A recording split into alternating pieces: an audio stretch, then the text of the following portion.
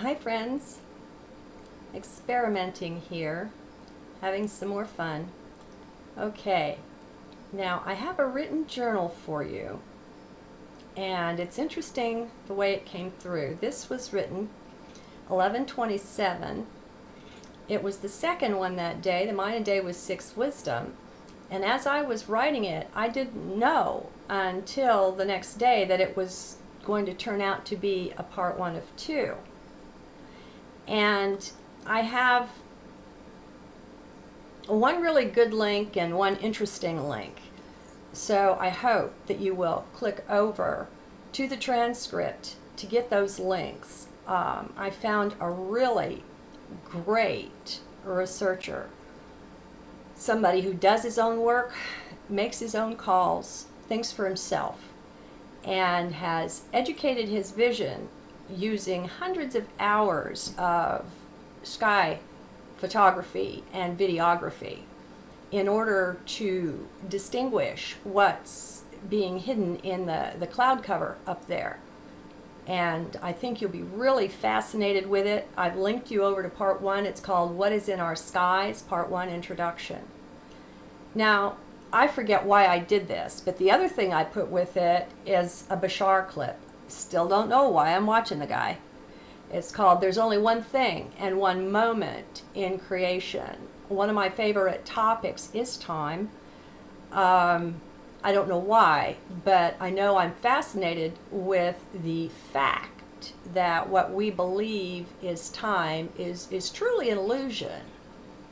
But as long as we remain in the 3D mind, there's no way to see through it, because 3D is mind is the creator of the 3D illusion. So mind and time in its own way, mind, time, and space are like equal somehow.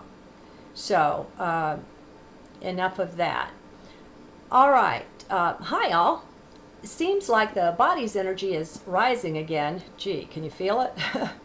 Been a long while in the low side of things, so this is a pleasant change. Can't recall how long ago it was that 2 journals came out in one day. Feels nice. So, what is the subject matter? Heck, I don't know. Let's find out what flows in. I think I'll link you to a lovely set of reasonably short videos on the goings-on in our skies. This guy, Steve Gautreaux, has really done the research, taking hundreds of hours of film and showing us the cloaking abilities of the craft in our skies. Whether ours or theirs is really not the point here. The point is they're there. He really got good at seeing them. And going through his set of videos is like a mini course on training your eyes to at least see through some of their cloud cloaking. And we know they've been doing that for a while. We've seen pictures where there's the aircraft and above it is this whole canopy of cloud. Well, this is the next step, much deeper. Okay, now it looks like the 12D being files, the conversations with my soul family, will be interspersed with journals. At least that's how it's coming out so far. It's probably good, as no doubt there are a few who think the whole 12D thing is preposterous. I mean, after all, string theory only accounts for 11 dimensions, right? I can understand such a view. It hasn't been so long since I had a very similar view of things, and I would have kind of poked fun at this, so I get it. So, how did my view change? What got me into this? Good question. I had largely shut the door on communicating with beings that were not visible at one point a while back.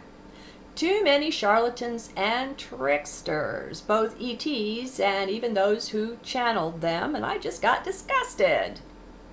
Though overall, I've got to say that I think most channelers do have good intentions and good hearts. It's just not an easy thing to do from 3D, not with any purity, that is.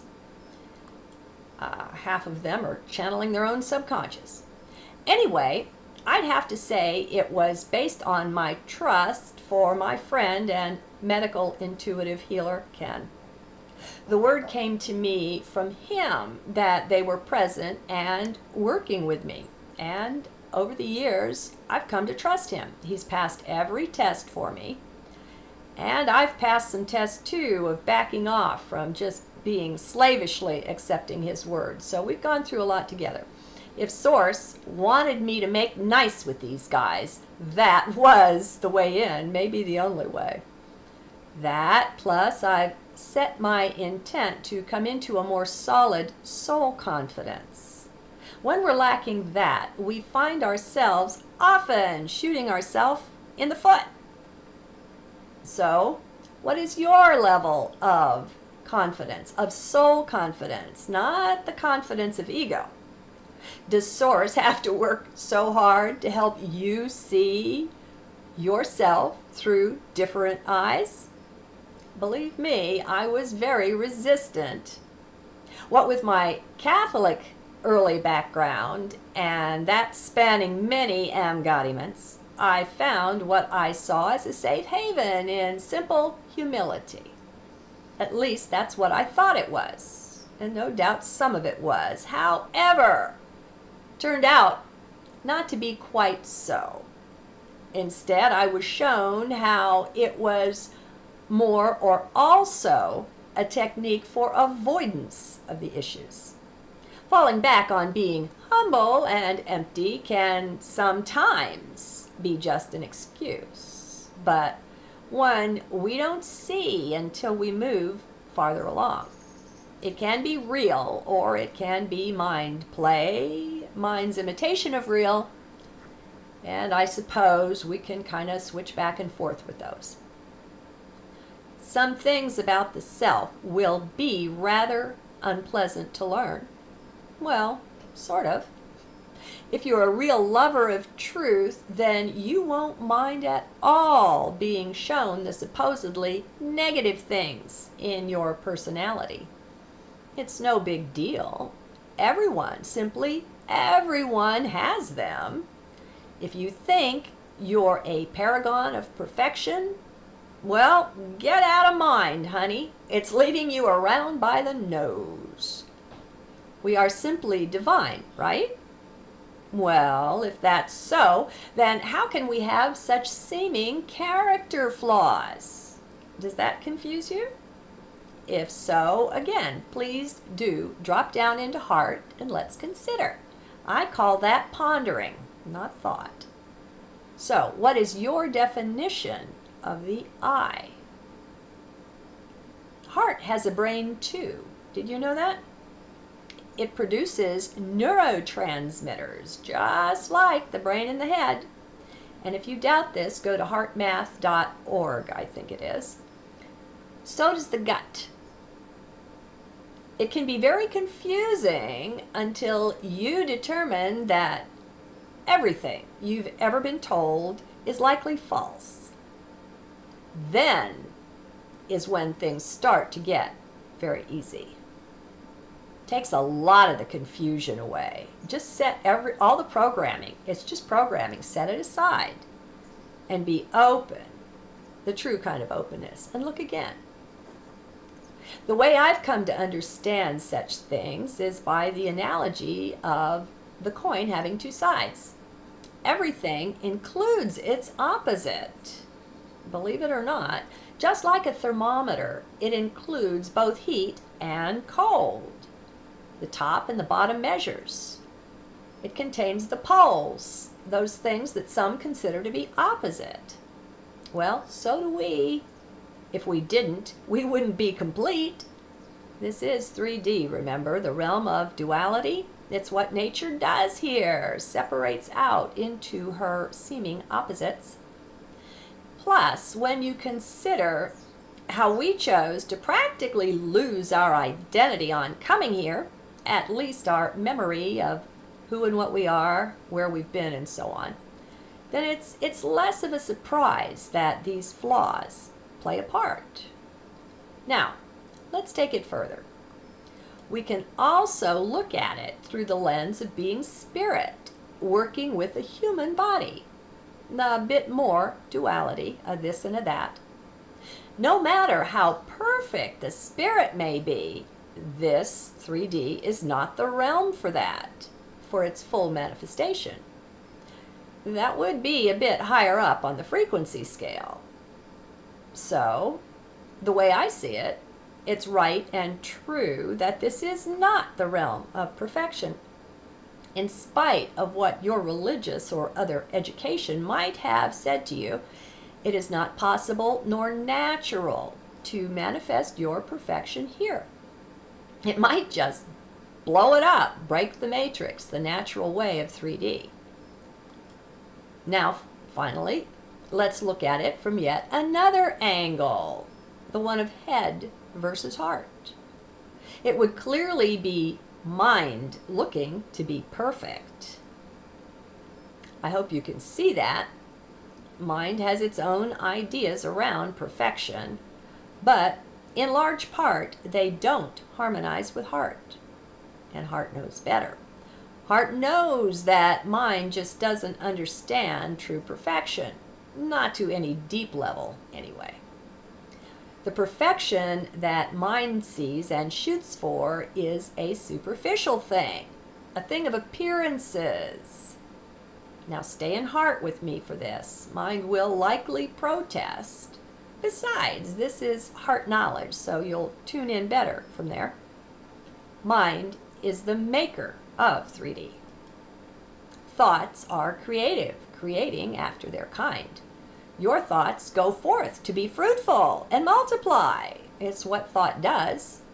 Yet, man and womankind, for the most part, is not even taking into consideration that the mind is far more than just the conscious part. That's the smallest bit of it. Had you considered that the last time you made a decision from left brain? If you want your decisions to take on a new depth, to even be wiser, then it's a good idea to spread your wings a bit and encompass your own unconscious and subconscious. If you're feeling really froggy, then jump into the superconscious while you're at it. Hey, why not? These, together with the conscious bit, form the mind, the whole of it. So, if we're not even taking into account the bits and parts of the 3D self, not to mention the higher or inner self, then how can we possibly make good, lasting decisions? We're acting from an incomplete self. It's rather strange when you step back and take a good look at it. How have we been convinced to do this? It bears pondering. This is why, especially stressed in my earlier videos, is the importance of first defining the I. Now, though this can't really be done perfectly while here in 3D, we can at least pull in the various bits and parts of self that we know about. And for the other side of it, anything we can look at or sense with any of the 5 senses is neti-neti. Not this, not that. It just amazes me how we can take the very smallest bit of the mind, basically the left brain, and act like that was the whole. Yet this is just what we do while we're in sheeple or sleeple state, and we simply can't help following how we are programmed. That is, not until we begin to awaken. Obviously, you're either awakened or awakening, or you wouldn't have an interest in listening or reading these journals, along with a lot else of what you're doing. Well, so own that. Start moving your own self-definition higher and higher, until one day you can finally take ownership of, finally experience yourself as the higher self. We are divinities robed in flesh, my friends. There may be many who would like to shoot me for saying that, but do recognize they don't really know what I'm saying. They just think they do. Hey, I was once one of them, in other embodiments, if not in this one, and earlier on in this one too. We have simply all been there and done that at one time or another, many times. Hey, eternity is one heck of a long time, huh? Here's one of the main reasons the powers that were do not want us waking up. We slip right out of their grasp when we do. We become empowered, taking our power back from all the nonsense to which we were trained to give it. We become, in short, unmanageable. Ain't that sweet? They don't like that, not one bit. We don't fear them anymore. So now when you're pondering something, looking to evaluate it, if you will look through this lens, this perspective of higher self, I suggest it will help you see through a lot of the nonsense. Your vision will clarify. Truth does that. Truth really has the power of vision. One of truth's gifts is clear sight. That's what makes it easy to try out an idea. A truth will empower you, plain and simple, and you won't fear to fall flat on your face. You know, our failures are just as important as our successes. So go into heart and test out this thing of being divine, if you like. Keep trying it on, see how it fits and how you feel. And expect all of your programming to come screaming to the surface when you do this. And while you're self-observing that, just step quietly back, the better to see what's acting and what's underneath it.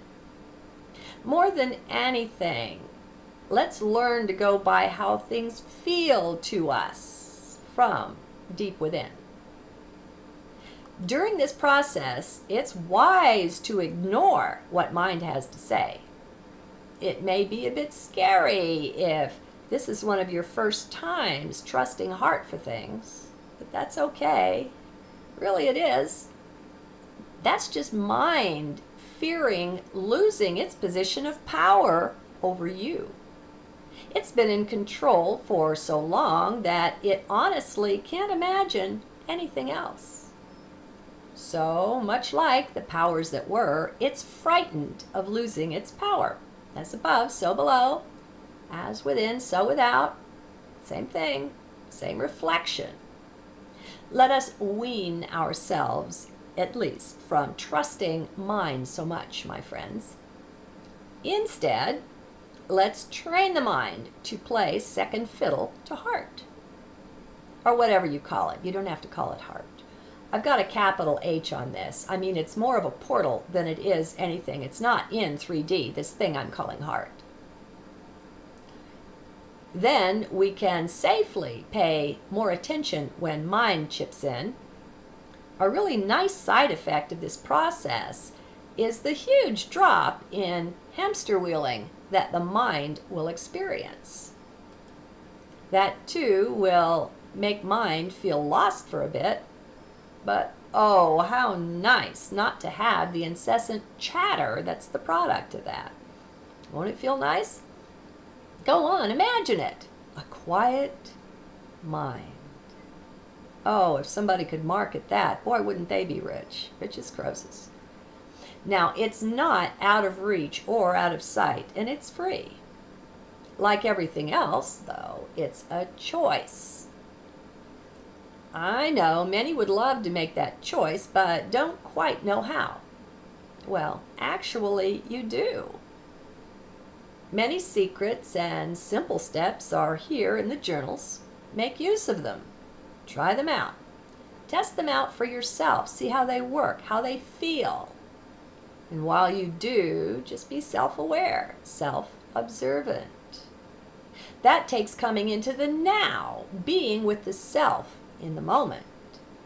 Can you do this? And if not, why not? Again and again, you'll find your answers by dropping down into heart. And again, you'll find each one of your problems are mind generated. I can guarantee it, but you've got to prove it to the self. Are you willing to do that? How invested are you in this? It's not a spectator sport. Watch the self. If you feel you really want something, but then find yourself balking at going there, procrastinating, look underneath that. See what's under there trying to hide from you. See how you can get in your own way. We all do it. There's nothing to fear and no reason for shame here or anywhere. Come on, love the self. Love and cherish you for no good reason at all, simply for being. Know that each step you take is a precious one. You are precious beyond your current ability to even imagine. Both in body and in spirit, you are tremendously special. We've been using the brain as a filter of reality, letting it weed the bulk of things out, and I mean the huge bulk of things. Now, as we awaken, that veil begins to come down, and we begin to see so much more than we did. Well, don't be frightened. Don't think you're going nuts. Instead, embrace it. You are already perfect, dear one. There's no need to strive for some mental idea of perfection. That's just been a part of the game, a part you can choose not to pursue anytime you're ready. Instead, own your current, now here, perfection. It's always available. Go within. And namaste.